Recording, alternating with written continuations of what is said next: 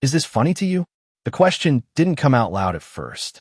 It hung somewhere between the crystal chandeliers and the soft hum of a live jazz band, swallowed by laughter that didn't belong to her. The cake hit a second earlier, light, almost playful in motion, a soft arc through warm golden light, before settling against Danielle Carter's cheek and shoulder, frosting sliding slowly down the sharp line of her jaw. For a moment, no one moved. Then someone laughed. Then another. And suddenly the entire room followed, a ripple of polished amusement echoing across marble floors and linen-draped tables. Ethan Whitman stood at the center of it, grin wide, fingers still curled from the throw like he'd just completed something clever. His tuxedo was slightly crooked, his confidence not. "Relax," he said, not to her but to the room. "It's just a joke." Glasses clinked. A woman near the bar covered her mouth, pretending to be shocked, but not enough to look away. Across the room, Richard Whitman leaned back in his chair, one arm draped over the leather, watching like this was expected, like this was normal. Elaine Whitman didn't stop it either. Her smile was smaller, tighter, but it stayed. Danielle didn't move. Not yet. The frosting was cool against her skin, sweet and artificial, the scent of vanilla cutting through the sharper notes of aged whiskey and polished wood. It dripped, slow enough to feel, fast enough to notice. A single drop fell from her chin onto the front of her tailored navy dress, leaving a pale mark that spread quietly into the fabric. No one reached for a napkin. No one stepped forward. Around her, the room shimmered with wealth. Custom suits, diamond bracelets, watches that cost more than most people's homes. But none of it shifted the weight pressing into that moment. Danielle blinked once. Calm, controlled. Her hand rose, not in defense, not in anger, but with measured precision. She wiped a line of frosting from her cheek, her fingers steady, her expression unreadable. The music didn't stop. The laughter faded, but not because of regret, because curiosity was replacing it. They were waiting now, waiting to see how she would react, waiting to confirm what they already believed. Just a guest, just someone invited to fill a seat, someone safe to laugh at. Ethan tilted his head slightly, studying her like she was part of the entertainment. "Come on," he added, softer now, almost bored. "Don't make it awkward." Danielle looked at him then, really looked. Not at the tuxedo, not at the family name stitched invisibly into every inch of the room, but at the boy behind it. The entitlement, the certainty, the complete absence of consequence. And then her gaze shifted just slightly past him, to his parents. Richard's eyes met hers for a fraction of a second, and in that glance there was no apology, no correction, only expectation. The kind that assumed she would smile, laugh it off, play along. Elaine looked away first.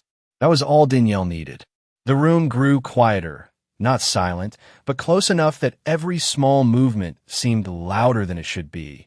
The soft rustle of fabric, the faint scrape of a chair leg, the distant clink of ice in a glass. Danielle lowered her hand. The last trace of frosting remained at the edge of her jaw, untouched. Her posture straightened, subtle but unmistakable, like something inside her had aligned. She took a single breath, slow, even, and when she spoke this time, her voice didn't compete with the room. It didn't need to. "Is this how you treat your partners?" The words landed clean, precise, cutting through the air without force. No accusation, no raised tone, just a question that didn't belong to the version of her they had decided on. Ethan's smile flickered just for a second. Richard shifted in his chair, barely noticeable, but enough. The room didn't laugh this time. It watched. No one answered her question right away, and that silence did more than any apology could have. It stretched across the room, thin but sharp, cutting through the soft background music and the polite clinks of glassware. Danielle Carter did not repeat herself. She did not need to. The weight of what she had asked settled slowly, like dust in a room that had never been disturbed before. Ethan shifted his stance, just slightly, the confidence in his posture bending at the edges. He glanced toward his father, expecting something, approval, maybe guidance, maybe even a signal to laugh it off again, but Richard Whitman did not immediately respond. Instead, he leaned forward, elbows resting lightly on his knees, studying Danielle with a new kind of attention. Not respect, not yet, but something closer to calculation. "You are not a partner," Richard said. Finally, his voice calm, measured, carrying easily across the now attentive room. "You are a guest." The word landed with intention. Guest. Temporary. Replaceable. A few people nodded subtly, relieved to have the hierarchy restored, to have the moment explained in terms they understood. Elaine Whitman reached for a glass of white wine, her fingers steady, her expression composed again, as if the interruption had already been resolved in her mind. Danielle did not look away. Her eyes held steady on Richard, unblinking, her posture still composed, as though she had expected that answer. "A guest," she repeated quietly, not mocking, not challenging, just placing the word back into the space between them. Another small drop of frosting slid from her jaw, tracing a slow path before disappearing into the fabric at her collar. No one offered a napkin. A server passed by, hesitated for half a second, then kept walking, eyes down, as if trained to avoid stepping into moments like this. Around the room, conversations began to stir again, low and cautious, like people testing whether it was safe to return to normal. A man near the far table leaned toward his companion and whispered something that ended in a restrained chuckle. The tension did not break. It shifted. Danielle took a single step forward, her heels making a soft, deliberate sound against the marble floor. It was not a large movement, but it changed the distance between her and the Whitman family in a way that felt intentional. "Then I should thank you," she said, her voice even, almost polite. Richard raised an eyebrow, the corner of his mouth lifting slightly, amused by what he assumed was compliance. "For the invitation," she continued, her gaze moving briefly across the room, taking in the faces, the watching eyes, the quiet anticipation. "It is always enlightening to see how people behave when they believe there are no consequences." The words did not rise in volume, but they carried. A few heads turned. Someone near the back straightened in their chair. Ethan's smile faded completely now, replaced by something less certain, something that had not been there before. Confusion, maybe, or the first hint of doubt. Elaine set her glass down with a soft click, her fingers lingering on the stem a second longer than necessary. Richard's expression tightened, not enough to lose control, but enough to reveal that the tone of the room was no longer entirely his to command. Danielle's hand lowered to her side, relaxed, steady, as if she had already moved past the moment that had just unfolded. She was not asking for acknowledgement. She was not waiting for permission. She simply stood there, composed in a way that did not match the role they had assigned to her. And in that quiet mismatch, something began to shift, subtle but undeniable, like the first crack forming beneath a surface that had always seemed unbreakable. Richard Whitman let out a quiet breath through his nose, the kind that barely registered unless you were watching for it, and Danielle was. He leaned back again, reclaiming his space with a slow, deliberate motion, as if resetting the room to its original order. "You are reading too much into a simple moment," he said, his tone smooth, practiced, the voice of a man who had redirected far larger problems with far fewer words. A few guests nodded again, grateful for the return of something familiar, something controlled. The music seemed louder now, or maybe the silence had just made everything else more noticeable. Danielle tilted her head slightly, not in submission, but in consideration, as if she were weighing his statement against something only she could see. "A simple moment," she echoed, her voice calm, almost reflective. Her gaze moved briefly across the room again, taking in the chandeliers, the polished marble, the carefully curated elegance that surrounded them. That is one way to describe it.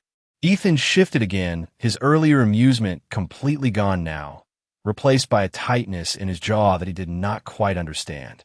He glanced at a few of the guests, searching for the laughter that had filled the room just moments ago, but it did not return.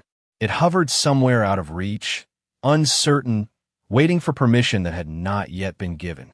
Elaine Whitman crossed one leg over the other, the movement graceful, controlled, but her fingers tapped once against the side of her glass before going still again. It was a small detail, easy to miss, but it did not escape Danielle.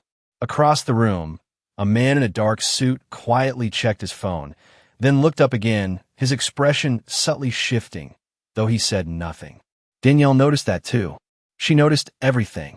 The way attention moved, the way confidence faltered, the way power revealed itself, not in volume, but in reaction. "Tell me something, Mr. Whitman," she said, her tone still even, still measured, but now carrying a quiet precision that drew every remaining conversation to a stop. Richard's eyes narrowed just slightly, not in anger, but in focus. "If this is how you define a simple moment," she continued, "what does a serious one look like?" The question did not demand an answer, but it created space for one, and that space grew heavier with each second it remained unfilled. Richard did not respond immediately. He studied her again, longer this time, as if trying to play something that did not quite fit into his expectations. "You are here because we allowed it," he said finally, his voice lower now, more controlled, less performative. "Do not confuse that with leverage." The word hung in the air, deliberate, sharpened. A few people shifted in their seats. Someone near the back cleared their throat quietly. Danielle's expression did not change. Not a flicker, not a hint of reaction. If anything, she seemed more still than before, as though the word had confirmed something rather than challenged it. "Leverage," she repeated softly, almost to herself, as if testing the weight of it. Her hand moved then, not quickly, not dramatically, but with quiet intention. She reached toward the small clutch resting at her side, her fingers brushing the smooth surface before slipping inside. The movement was subtle, easy to overlook if you were not paying attention, but in that room, everyone was paying attention now. Ethan watched her hand. Elaine's gaze followed. Richard's posture shifted forward again, just slightly, his earlier ease replaced by something more alert, more aware. Danielle did not rush. She did not break eye contact with Richard as she withdrew her hand, her phone now resting lightly in her palm. The screen remained dark for a moment, reflecting the soft glow of the chandeliers above. Then her thumb moved. A single tap. The screen came to life, casting a faint light across her fingers, across the last trace of frosting still untouched at the edge of her jaw. She glanced down, just briefly, her eyes scanning something only she could see, something that did not belong to the room, to the laughter, or to the assumptions that had filled it moments before. Then she looked back up. "I agree," she said quietly. Leverage should never be confused. And for the first time since the laughter had begun, there was no attempt from anyone in the room to interrupt her, to dismiss her, or to redefine the moment. Because something in her tone had changed. Not louder, not sharper, just clearer, like a line had been drawn, invisible but undeniable, and everyone in that room had just realized they might already be standing on the wrong side of it. The glow from Danielle's phone screen was soft, almost unremarkable, but in that moment it drew more attention than anything else in the room. No one spoke. No one moved. Even the music, still playing somewhere behind them, felt distant now, like it belonged to another place entirely. Richard Whitman's eyes dropped, just for a fraction of a second, to the device in her hand, then lifted back to her face, his expression tightening in a way that was small but unmistakable. He was no longer dismissing her. He was assessing. "If you have something to say," he said, his voice measured, quieter now, "you should say it." Danielle did not respond immediately. Her thumb moved once more across the screen, slow, deliberate, as if confirming something rather than initiating it. The light reflected briefly in her eyes, steady, unshaken. Then she lowered the phone slightly, not putting it away, not hiding it, just holding it there as part of the moment. "I already did," she replied. The simplicity of the answer unsettled the room more than any raised voice could have. Ethan frowned, confusion settling deeper into his expression, his earlier certainty now replaced by something that felt unfamiliar, something that did not fit the narrative he had been following all evening. "What does that even mean?" he asked, the question slipping out before he could stop it. Danielle's gaze shifted to him, calm, direct, not unkind, but not indulgent either. "It means," she said, her tone even, "that actions do not always need an announcement." A subtle shift rippled through the guests. A man near the bar reached into his jacket, his phone vibrating faintly against the fabric. He glanced down, then back up, his posture changing almost instantly. Another guest followed, then another, as quiet notifications began to move through the room like an unseen current. No one spoke about it. Not yet, but the awareness was spreading. Elaine Whitman noticed first among them. Her eyes flicked to a woman standing a few feet away, watching as that woman checked her phone again, slower this time, her expression tightening. Elaine's fingers curled slightly against the stem of her glass before she set it down, the soft click louder than it should have been. "Richard," she said quietly, not loud enough for the room, but enough for him. He did not look at her. Not immediately. His focus remained on Danielle, but something in his posture shifted, the confidence no longer effortless, the control no longer complete. "What did you do?" he asked, and this time the question was not rhetorical. Danielle held his gaze, unflinching. "I made a decision," she said. Across the room, another phone lit up, then another. A low murmur began to build, not laughter this time, but something more uncertain, more fragile. Words like deal and email and just now floated in fragments, incomplete but unmistakable. Ethan looked around, his confusion turning into something sharper, something closer to alarm. "Dad?" he said, his voice lower now, stripped of its earlier arrogance. Richard finally reached into his own jacket, his movements controlled but no longer casual.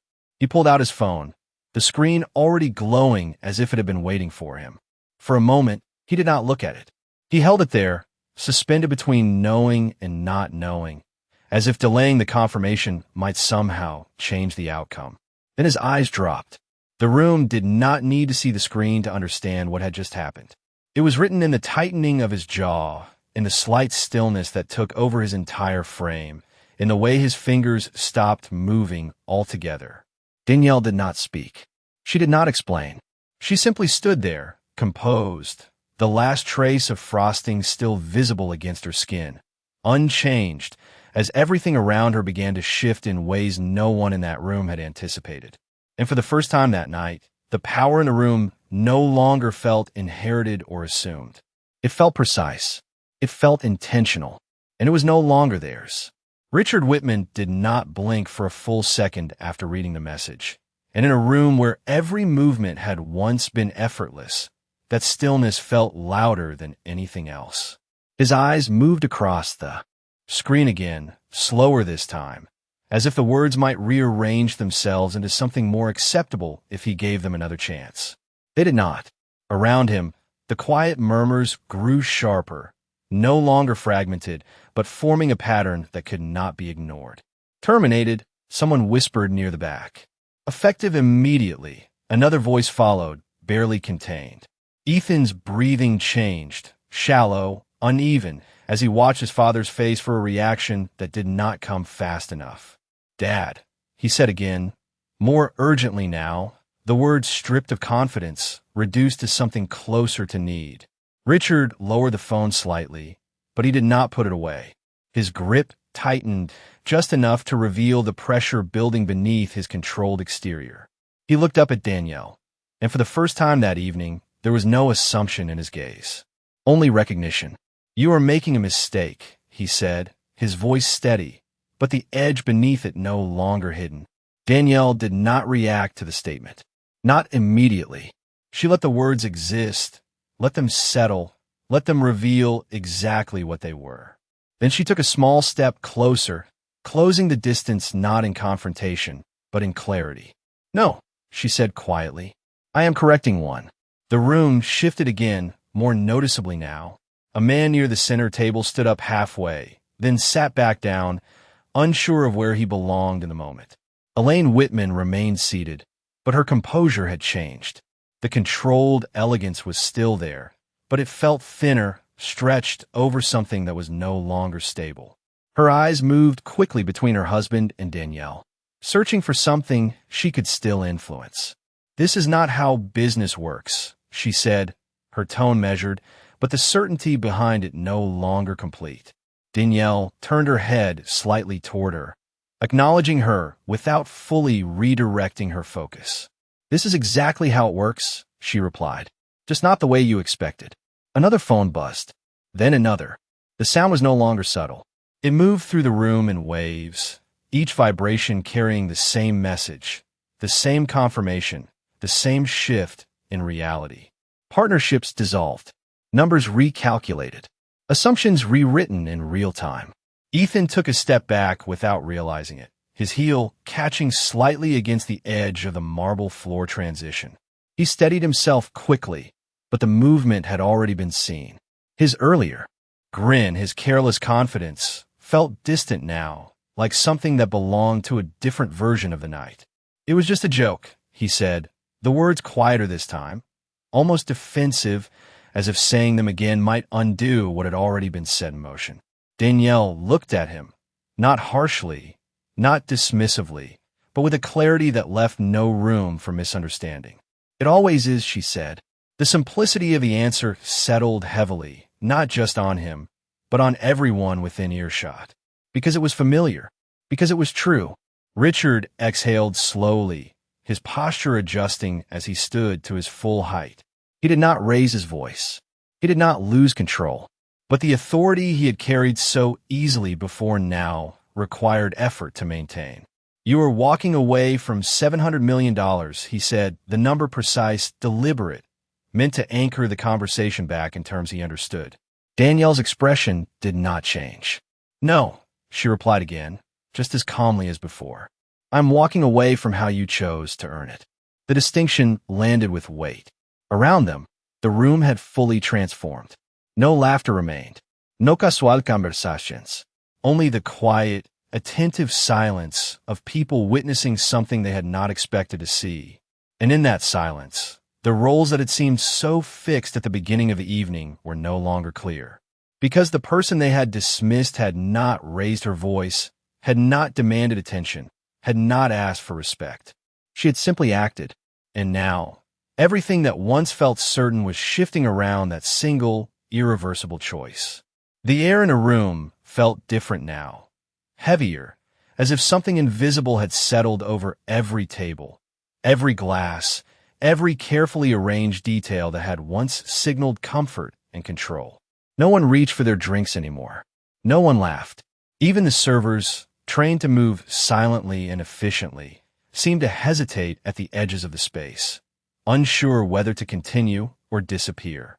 Danielle Carter stood exactly where she had been, her posture unchanged, her breathing steady, her presence no longer something that could be overlooked or dismissed. The last trace of frosting remained at the edge of her jaw, untouched, no longer an embarrassment, but a quiet reminder of how the night had begun. Richard Whitman looked at her with a focus that had sharpened into something else entirely. Not irritation, not disbelief, something closer to realization, though he was not ready to name it. He took a step forward, closing the space between them, not aggressively, but with purpose. "We can fix this," he said, his voice lower now, controlled, but carrying a different weight than before. "Whatever this misunderstanding is, we can resolve it." Danielle did not move. She did not step back. She simply met his gaze, steady, unyielding. "There is nothing to fix," she replied. The simplicity of her answer left no room for negotiation, and that was what unsettled him most. Elaine Whitman rose from her chair then, slower than usual, her composure still intact, but no longer effortless. She smoothed the front of her dress, a reflex more than a necessity, and took a step toward them. "Danielle," she said, her tone carefully chosen, softer now, almost conciliatory, as if adjusting her approach might still change the outcome. If there was any offense taken, it was never the intention. The words were polished, practiced, the kind that had resolved countless uncomfortable moments before. But this time, they landed differently. Danielle turned her head slightly toward her, acknowledging her presence without fully shifting her focus. Intention is not the question, she said calmly. Impact is. The distinction settled into the room like a quiet verdict. A few guests exchanged glances, their expressions no longer neutral. Some looked down at their phones again, not out of curiosity now, but out of awareness, as if trying to understand what this moment would mean beyond the walls of the room. Ethan stood still, his hands at his sides, his earlier energy completely gone. He looked smaller somehow, not physically, but in the way he held himself, in the absence of the certainty that had once defined him. I did not think it would matter, he said, the admission slipping out before he could stop it.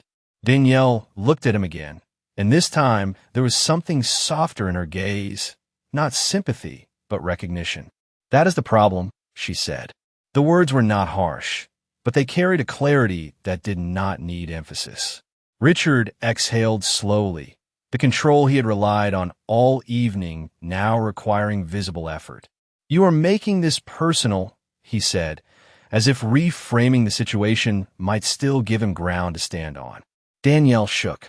Her head, just once a small, deliberate movement. No, she said. You made it personal. The room fell completely silent then, not the polite quiet of earlier, but a deeper stillness, the kind that left no space for distraction. Outside the tall windows, the city lights stretched endlessly, indifferent to what was unfolding inside. Inside, everything had narrowed to this moment, this exchange, this shift that no one had expected but everyone now understood. Danielle's hand lowered slightly, her phone resting loosely in her palm. No longer the focus, no longer needed to prove anything. The decision had already been made. The consequences were already in motion. And in that quiet, undeniable clarity, it became impossible to pretend that this was still just a simple moment. No one spoke after that. Not because there was nothing left to say, but because everything that mattered had already been said without needing to be repeated. The room held its breath in a way that felt unnatural, like a space that had been built for noise and control suddenly forced into stillness. Danielle Carter did not rush to leave. She did not turn away. She simply stood there, allowing the silence to settle fully, to do what words no longer could. Richard Whitman remained in front of her, his posture upright, his expression composed, but the certainty that once defined him had shifted into something more fragile. His mind moved quickly now, recalculating, reassessing, trying to understand where the balance had tipped and how it might be restored. You are walking away from more than a contract, he said finally, his voice quieter than before, no longer meant for the room, but for her. Danielle's gaze did not waver. So are you, she replied. The answer was simple, but it landed with precision, forcing a recognition that could no longer be avoided. Around them, the guests were no longer just observers. They were witnesses. Some stood still, their attention fixed on the exchange, while others subtly shifted their positions, as if distance might separate them from what had just unfolded.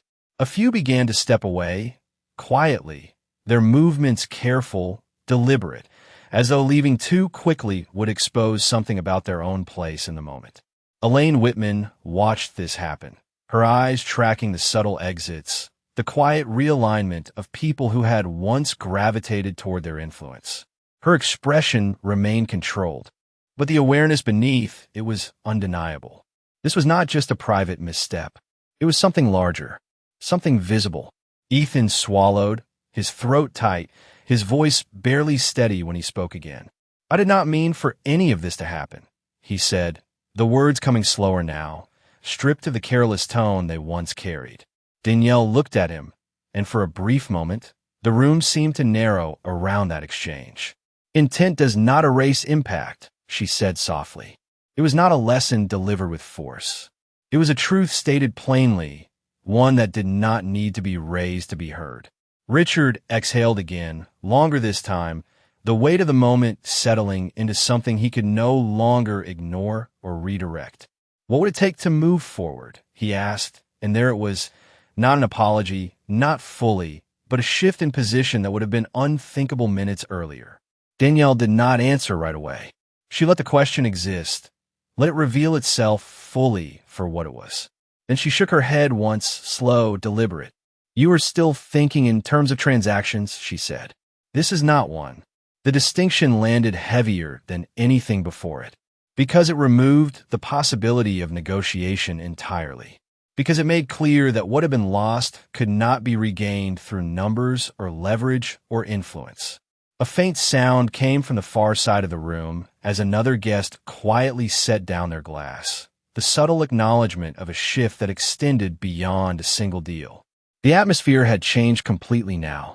The power that once filled the room had not disappeared, but it had been exposed, reshaped, understood differently by everyone present. Danielle finally took a step back, not retreating, but creating space, her movement controlled, intentional. She glanced once more across the room, not lingering on any one face, but taking in the whole of it, the reactions, the silence, the quiet recalculations happening in real time. Then her gaze returned to Richard. Some things, she said, her voice steady, are not meant to continue once they are clearly seen. The words settled without resistance, because there was nothing left to argue, nothing left to redefine, only the truth of what had happened and the consequences that followed. And in that moment, it became clear to everyone in the room that the shift they were witnessing was not temporary. It was final. Elaine Whitman took a step forward before she fully realized she had decided to move. The polished composure she had carried all evening now shifting into something more deliberate, more intentional. Danielle, she said again, but this time her voice was different, stripped of the earlier distance, carrying something closer to urgency, though still carefully controlled. Danielle paused, not turning immediately, allowing the moment to stretch just enough to make the call for her attention feel real, not automatic. Then she looked back. Elaine held her gaze, her posture upright, her expression composed, but no longer untouched by what had unfolded. You are right, she said, the words landing softly but clearly, and the room reacted not with sound, but with attention, every eye recalibrating toward her. It was not a dramatic admission. It was not loud, but it was something that had not existed in the room before.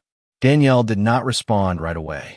She simply watched her, measuring the weight of the statement, the intention behind it, the difference between performance and recognition.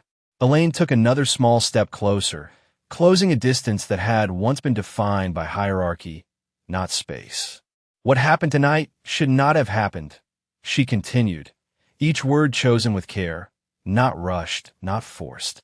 And the fact that it did is something we need to own. Richard glanced at her, a flicker of surprise crossing his face, not because of disagreement, but because of timing, because of what it meant to say something like that in a room like this. The guests noticed too. Subtle shifts in posture, in attention, in the way people now watched not just Danielle, but Elaine as well. Ethan stood still, his eyes moving between his parents, as if trying to understand a version of them he had never seen before. Danielle's expression remained steady, but there was a slight softening at the edges, not forgiveness, not acceptance, but acknowledgement. Elaine did not stop. Respect should not depend on context, she said, her voice holding now, stronger, not louder, but clearer. And tonight we failed that. The words settled deeper than anything that had come before, because they were not defensive, not dismissive, not transactional. They were simply true. Danielle lowered her gaze for a brief moment, not in retreat, but in reflection, as if allowing the statement to exist fully before deciding what it meant. Then she looked back up. Acknowledgement matters, she said quietly, but it does not reverse what has already been shown. Elaine nodded once, a small, contained movement, accepting the boundary without trying to push against it. I understand that, she replied, and for the first time, it felt like she did. Richard exhaled slowly beside her, the tension in his shoulders easing just slightly, not because the situation had improved, but because something honest had finally entered the space. He looked at Danielle again, not with the expectation of control, but with a different kind of awareness, one that had not been there before. We misjudged you, he said, the words deliberate, not rushed, and though they did not carry an apology in form. they carried one in weight.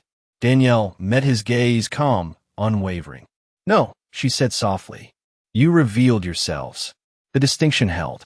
Around them, the room remained still, but the stillness had changed. It was no longer tense with uncertainty.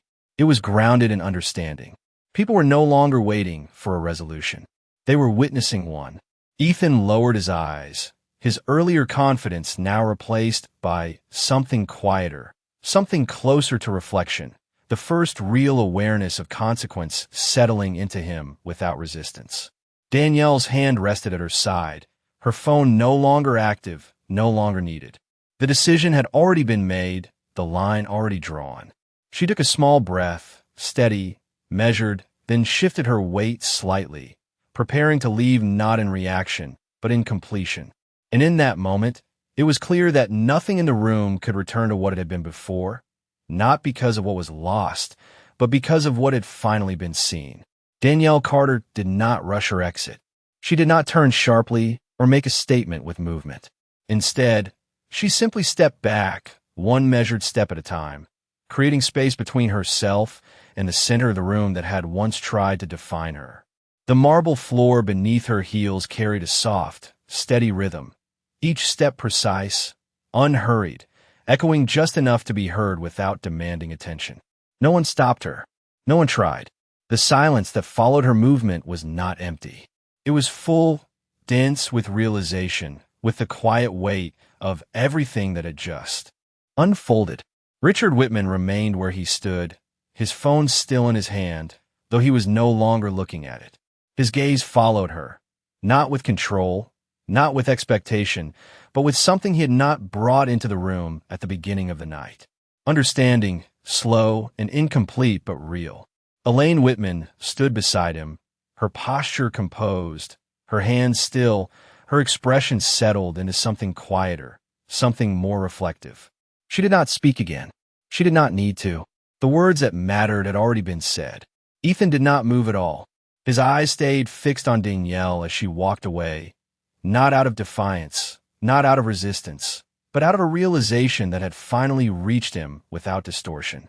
The moment he had treated lightly had not disappeared. It had expanded, reshaped the room, and left him standing in a version of it he did not recognize. Danielle reached the edge of the main floor, where the light from the chandeliers softened into the cooler tones of the hallway beyond. For a brief moment, she paused, not turning back, not hesitating, just standing at the threshold where one space ended and another began. The faint hum of the city filtered in through the tall windows, distant and steady, a reminder that the world outside this room had never stopped moving, never paused to accommodate what had happened here. She lifted her hand then, finally, and with a simple, unhurried motion, she wiped away the last trace of frosting from her jaw. The gesture was small, almost ordinary, but in that moment, it felt complete, like the closing of something that no longer needed to be carried forward. The mark was gone. The moment remained. Behind her, the room stayed still. Conversations did not resume. Laughter did not return. People stood where they were, some looking down, some looking at each other, all of them aware that what they had witnessed could not be undone or reframed. It would exist beyond this night, beyond this room, carried in the quiet shifts of perception that followed moments like this. Danielle took another step, crossing fully into the hallway, the sound of her heels softening against the carpet that lined the corridor. The light changed there, cooler, steadier, without the artificial warmth of the chandeliers. She did not look back. She did not need to. The decision had already been made, the line already drawn, the meaning already clear. And as she walked forward, her reflection briefly caught in the polished glass along the wall, steady, composed, unchanged by what had been thrown at her, defined instead by what she had chosen in response. Behind her, in a room filled with wealth and influence and carefully constructed power, the silence remained, not as absence, but as consequence, as recognition, as the quiet, undeniable presence of something that had finally been seen and could never again be ignored.